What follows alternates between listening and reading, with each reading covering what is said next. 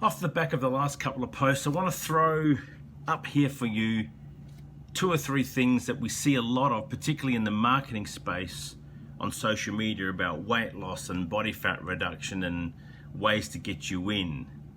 Let's start with the first one. You see the junk TV, the morning shows, and you see this thing, you don't ever need to go to the gym if you want to lose weight. And here's what I wrote about that. If I have not been a diet hopper nor tanked my metabolism and just been a lazy sedentary bastard, then by simply cleaning up my food intake, not a diet, just cleaning it up, I focused on hitting my protein targets, getting better sleep, and moving up my daily step habits, i.e. the NEAT, non-exercise activity thermogenesis, I remembered it, then I can pretty much lose weight over time. And there are still plenty of examples of this on social media and the junk things, i.e. man loses half his body weight by simply doing one thing, walking.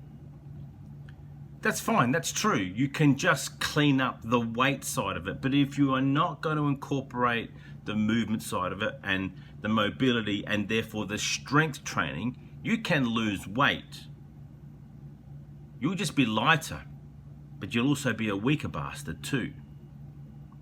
Group fitness classes are just a gym owner's way of throwing shit at the fan and seeing what sticks.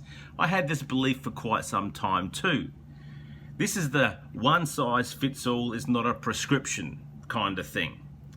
Everyone is unique, everyone has their own situations. Whether it's a movement pattern and impingement, some cardiovascular concerns, or countless other reasons, jumping into a fuck you up 45-minute gym class that just has you bouncing around will see you get sweaty, we'll just do that. It will just see you get sweaty.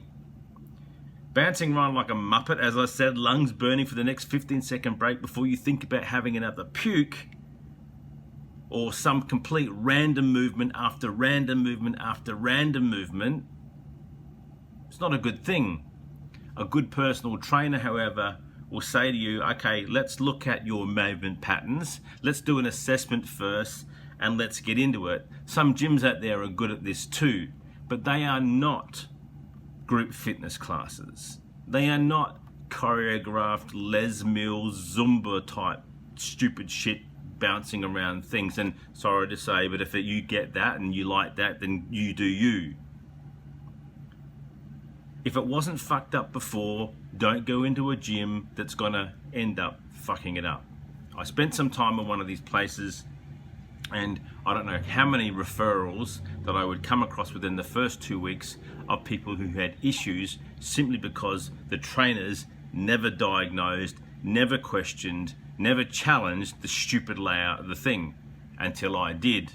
And then we got in trouble because they worked out that I was moving the sequences around because, as my 2 cents worth, they're fucking idiotic. Sure, they can run challenges. They're all good at lose X pounds in Y weeks, and they have pictures of people holding up bumper plates. That's pretty good. I can give you a bumper plate and I can stick it in a backpack for you, and you can go and walk with that fucker for 30 minutes every day and do that over the next couple of weeks, and you'll still lose that same amount of weight. The advantage here is you will have built some strength, because rucking, I know, will do that for you too. So instead of holding the damn bumper plate, put it on your back and fucking walk with it. It's a physio's nightmare when you see some of the shit that goes on in these big franchise type places. And God forbid, I know that they work for some people, but for me, it's a no thank you. Don't take on the simple mindset of excess work means excess this, means losing weight. It's not necessarily something you're going to do for the long term. Now, what I suggest, as I said before, find a gym or a personal trainer that will sit that with you and understand the simple flipping basics of get strong, build muscle, and help you fix up that fucked metabolism. This may involve, as I said, a personal trainer for a short period of time. You may not be able to afford them because a good personal trainer does not come cheap.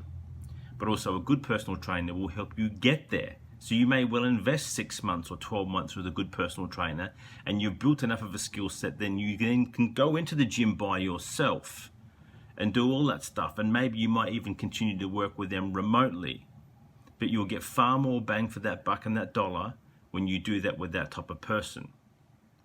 A gym that's got good structure, good programs, have a look at them. They might have periodical nights where you're going in and learning lessons. They might have a dietitian come in. They might have a physio. They may have something else to come in and talk to you. It's more than about just coming into the gym and smashing yourself. And finally, community. Sure, it's touted. It's touted as it's being the thing, the like-minded people. But it's even simpler than that. It's a place, or it should be a place, where you simply feel welcome.